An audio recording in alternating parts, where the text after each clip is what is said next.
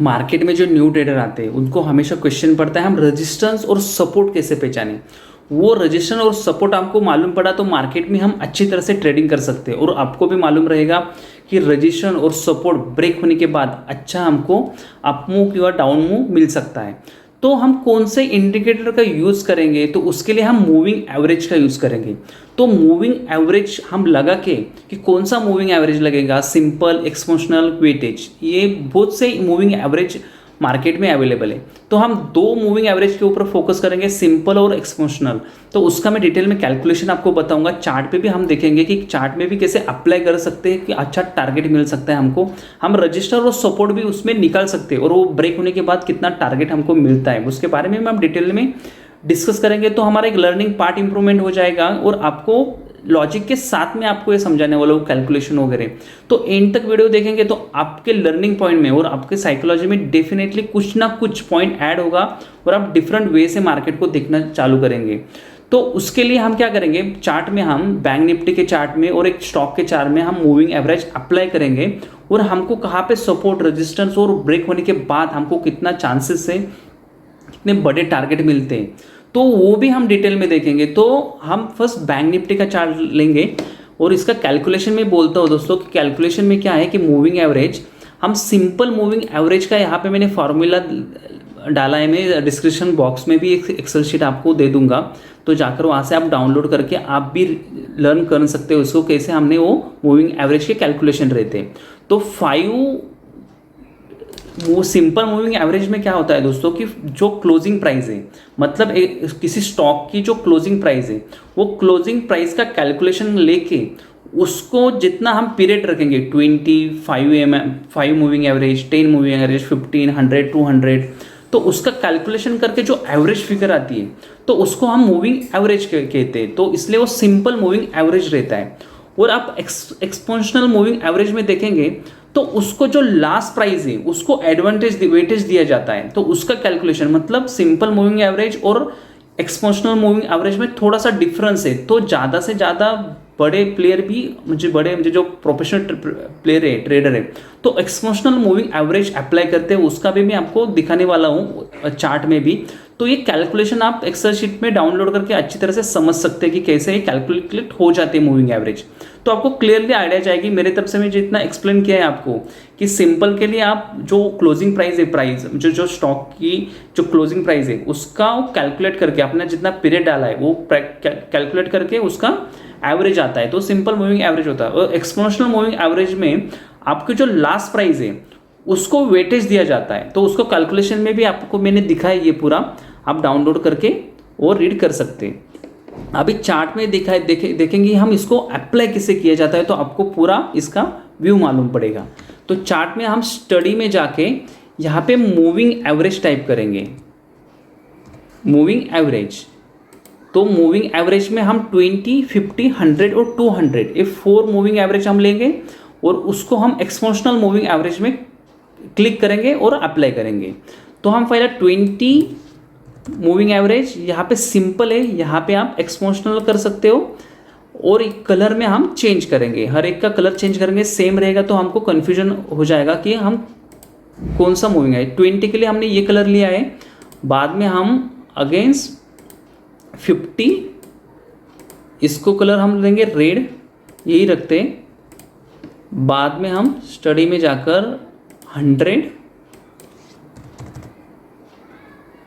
इसको कलर हम ग्रीन लेते हैं और लास्ट में मूविंग एवरेज 200। तो इसको भी एक्सपोनेंशियल करेंगे हम, इसको ब्लैक रखते हैं, डन। अभी क्रॉस चेक करते हैं हम कि एक्सपोनेंशियल सबको लिया है क्या हमने, सिंपल।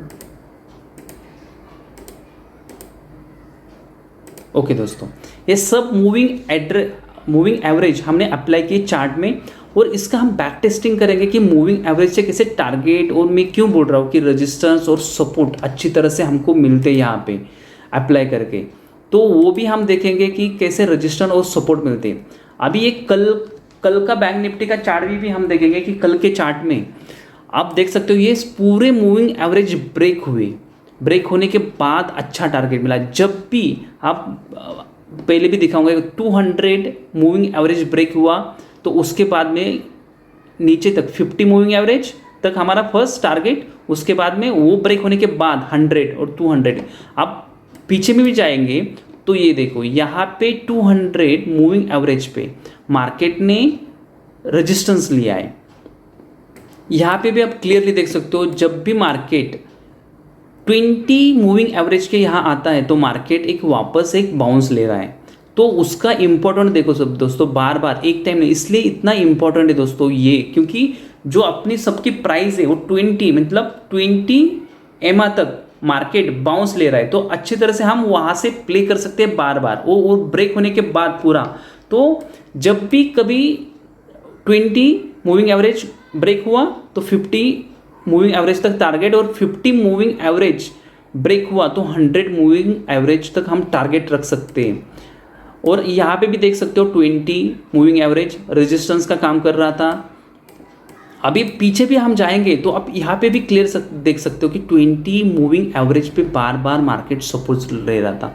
इसलिए इस लॉजिक के साथ में, एक सेटअप के साथ में आप मार्केट में भी ट्रेडिंग करेंगे तो अच्छा हम प्रॉफिट कमा सकते हैं मार्केट में। ये हमारे लिए इम्पोर्टेंट पार्ट रहता है हमेशा। आप नीचे भी कभी भी देखेंगे तो moving average 20 moving average cross हुआ 50 तक, 50 मूविंग एवरेज क्रॉस हुआ 100 तक, 100 मूविंग एवरेज क्रॉस हुआ 200 तक। अभी मैंने बिग टाइम फ्रेम में आपको एक सीक्रेट बताने वाला हूँ। बिग जो कोरोना आया था तो बड़े प्लेयर ने कैसे प्ले किया है इसको, क्योंकि कैसे उनको मालूम पड़ा कि यहाँ से मार्केट रिवर्सल ले सकता है। आप देख सकते हो ये कोरोना का पीरियड है दोस्तों, यहाँ से मार्केट ने 100 मूविंग एवरेज, यहाँ से मार्केट ने एक सपोर्ट लिया। आप यहाँ पे देख सकते हो जब भी मार्केट में बड़ा फॉल आया 2008 का, वहाँ पे भी 100 मूविंग एवरेज पे मार्केट ने सपोर्ट लिया था। उसी प्रिडिक्शन के ऊपर, उसी बड़े टाइम फ्रेम, उसी प्रिडिक्शन के ऊपर बड़े प्लेयर ने भी यहाँ पे बड़ा प्रॉफिट कमाया है।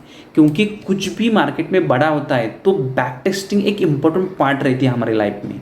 तो बड़े प्लेयर भी बैक टेस्टिंग करते कि जब 2018 का जो क्राइसिस आया था तो अभी जो क्राइसिस आया तो कहाँ से मार्केट सपोर्ट ले सकता है। उसलिए मूविंग एवरेज इंपॉर्टेंट है दोस्तों, कि हमारा जो माइंडसेट रहता है उसके लिए ये इंपॉर्टेंट है। तो चार्ट में जब भी आप ट्रेडिंग करेंगे तो इसका अप्लाई करो, उसका लॉजिक के साथ में मैंने आपको बताया कि कैसे कैलकुलेशन किया जाता है मूविंग एवरेज का, और कैसे चार्ट में सिंपल मूविंग एवरेज के बजाय हम एक्सपोनेंशियल मूविंग एवरेज अप्लाई करके अच्छी तरह से मार्केट में ट्रेडिंग कर सकते हैं।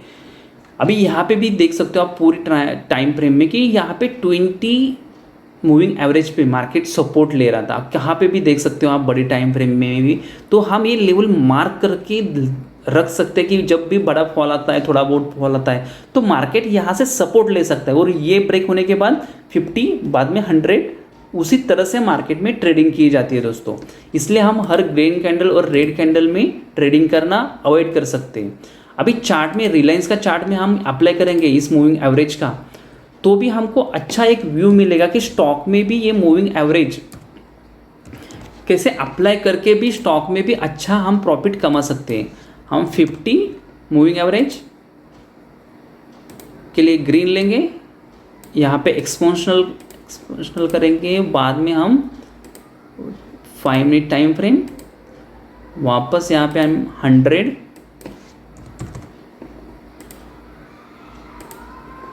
कलर उसका चेंज करेंगे हम, और 200, उसके लिए हम ब्लैक लेंगे। तो यहाँ पे भी आप क्लियर देख सकते हो दोस्तों कि ये तीनों ब्रेक हुए। उसके बाद में रिलायंस ने भी अच्छा फॉल मिला है। मतलब क्या है, जब मार्केट एक बुलिश मूव में था, सबकी एवरेज प्राइस वो मूविंग एवरेज दिखाता है, तो वो ब्रेक होने के बाद सबको स्टॉप लॉस लेना पड़ेगा और अच्छा टारगेट मिला हमको हमेशा। ये देखो 5 मिनट के टाइम फ्रेम में, कि हम 5 मिनट के टाइम फ्रेम में, अभी मैंने जो कहा है कि जब 100 नीचे से भी जाता है तो 100 ब्रेक होने के बाद ऊपर के 50 तक हम टारगेट रख सकते हैं। जब नीचे से जाना है तो, मगर मार्केट का ज़्यादा प्रॉफिटेबल रेशो क्या यहाँ पे, जो ऊपर से मार्केट गिरता है तो जो 50 मूविंग एवरेज है वो क्रॉस करने के बाद 100 तक मोस्टली टारगेट मिलता ही हमको दोस्तों। ये यहाँ पे क्लियर देख सकते हो आप कि जब भी, और दूसरा कि मूविंग एवरेज जब ऊपर रहेंगे, जब जो प्राइस है तो प्राइस के ऊपर रहेंगे मूविंग एवरेज, तो मार्केट एक बेरिश है। ऊपर जब भी जाएगा तो मूविंग एवरेज के ऊपर मार्केट रेजिस्टेंस ले सकता है और उसके ऊपर ब्रेकडाउन दिया तो अच्छा टारगेट मिलेगा। मतलब मूविंग एवरेज ऊपर रहेंगे तो मार्केट बेरिश है, जब और जो मूविंग एवरेज नीचे रहेंगे तो मार्केट बुलिश है। आप यहाँ पे क्लियर देख सकते हो दोस्तों कि मूविंग एवरेज नीचे है तो मार्केट पूरा बुलिश है। आप क्लियरली देख सकते हो यहाँ पे कि यहाँ पे ब्रेकआउट किया, मूविंग एवरेज नीचे आ गए तो मार्केट एक बुलिश मूव में था। जब भी मार्केट 100 मूविंग एवरेज पे आता तो मार्केट वापस एक बाउंस लेता था 250 EMI, 50 मूविंग एवरेज ब्रेक करता, 100 तक टारगेट, वापस बाउंस मिलता था। तो हम टारगेट ऐसे, और जब भी मार्केट ने यहाँ पे फॉल किया सब मूविंग एवरेज मार्केट के ऊपर चले गए। तो आप ये देख सकते हो बार बार मूविंग एवरेज की यहाँ से मार्केट रिवर्सल ले रहा था, और जब भी ब्रेक किए, यहाँ पे ब्रेक किया तो एक बुलिशनेस का सिग्नल मिलता है हमको। तो उसी तरह से मूविंग एवरेज भी हमारे लिए इम्पोर्टेंट है ट्रेडिंग के लिए। तो हम अच्छी तरह से उसको रीड करेंगे और अप्लाई करेंगे तो उसका लॉजिक ढूंढेंगे तो मार्केट में हम इसी सेटअप के ऊपर भी अच्छा प्रॉफिट कमा सकते हैं। तो ऐसे ही इन्फॉर्मेशन मैं आप हमारे वीडियो में डालता रहूँगा। ये इन्फॉर्मेशन अच्छी लगे तो प्लीज़ लाइक और सब्सक्राइब करना मत भूलना। और ये इसके कुछ क्वेरी रहेंगी तो मुझे कमेंट बॉक्स में आप लिख सकते हो, मैं उसका आंसर आपको कर दूंगा।